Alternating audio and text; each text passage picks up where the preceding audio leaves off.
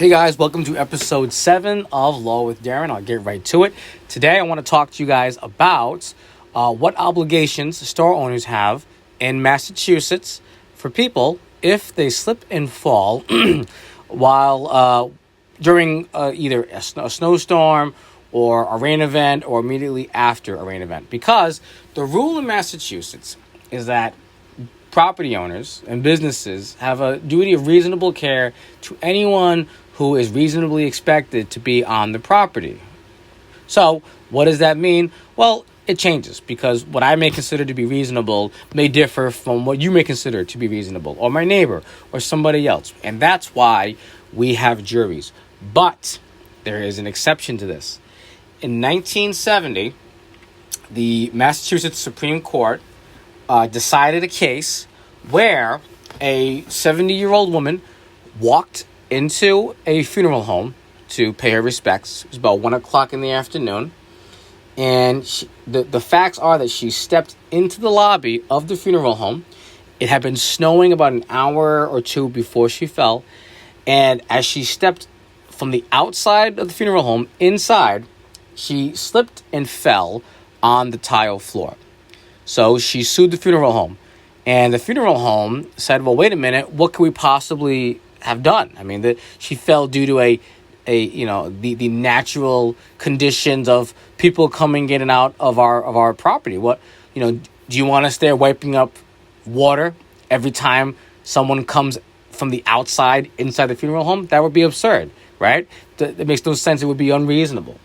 So in an odd decision, and you don't really see this a lot in Massachusetts law, the Mass Supreme Court agreed, and they developed what they call the transitory water doctrine. Basically, what it says is that in the view of the Mass Supreme Court, which is the highest court in Massachusetts, the transitory conditions of the premises due to normal use in wet weather, according to ordinary experience, could not in reason have been prevented. So basically saying that it's life happens, the world exists, it rains. If you walk into a business in Massachusetts and you slip and fall due to the natural conditions of wet weather, essentially, so whether it's snow and ice outside or water, you're out of luck. So you better hope that you don't fall close to that door.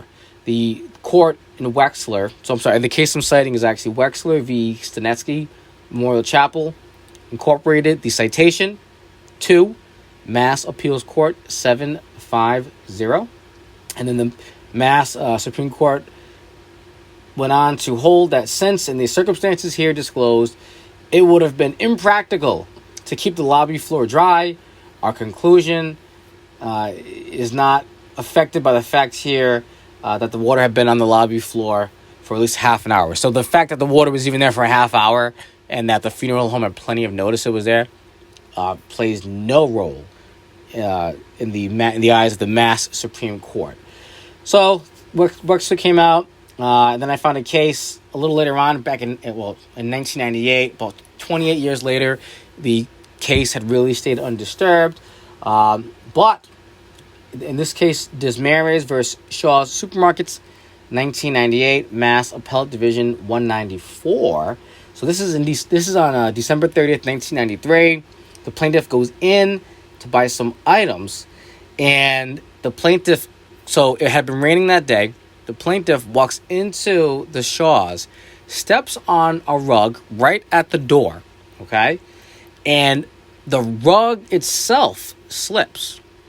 So this is a little different from the Wexler case, because in Wexler, the plaintiff slipped and fell on water on the tile, right? The tile that doesn't move, the actual floor. But in this Desmarais versus Shaw Supermarket case, the plaintiff actually fell because the rug that Shaw's had placed there slipped and fell, moved out, okay? So there was a question, well, what kind of rug did they use? Do they know that this rug would be grippy on this type of floor? So the defendant, Shaw's in this case, tried to argue the Wexler case and say, there's no recovery here. You can't recover because back in the Wexler case, they said that if someone falls on water due to the natural conditions of of the weather essentially outside, this close to the door, that you can't recover. Well, the Mass Appellate Division, another appeals court in Mass, decided otherwise, and decided that the case could continue, because the distinction being that in this Shaw's case, the plaintiff fell on the carpet. So it's kind of funny because it's almost like, well, it kind of encourages businesses, at least in my opinion, that why even bother placing a rug at the front door? Let people just fall right a few feet from the door, because if you place a rug there, now you can be sued and questioned as to what kind of rug you put down, right? So it's almost like, oh, just let people fall on the tile. Which I don't think is what the court wants, but the law is not perfect. And then there's two other decisions later on. A 2004 case where it's called Balafka versus SPG Arsenal, citation 2011 Mass App unpublished. Citation 81 Mass Appeals Court 1103. Someone fell while entering the Arsenal Mall. Again, they slipped and fell on rainwater a few feet from the door that was tracked in by other patrons. The court didn't care and said, nope, you lose. And then also back to Cumberland Farms again. The case of Rando v. Cumberland Farms, 2015 Mass App unpublished 429. This plaintiff was on crutches. And again, there was water outside. It had rained. The weather had played a role. And this poor guy fell about 3 feet from the door on water. And he lost too. The appeals court in that case agreed with Cumberland Farms that the Wexler case prevails. So this case has been undisturbed for almost 50 years. It's really, really good law. It's strong. Well, by good law, I mean that it's undisturbed. Would the court revisit it in the future? Now, maybe.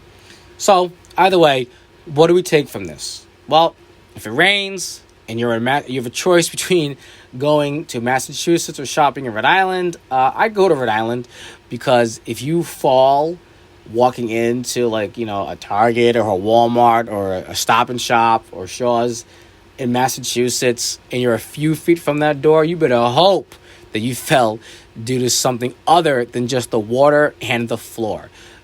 You better hope you fell on a carpet that they placed there, or you fall, maybe even 10 feet from the door. Because what's interesting about these line of cases is they only deal with when people slip and fall literally feet from the door.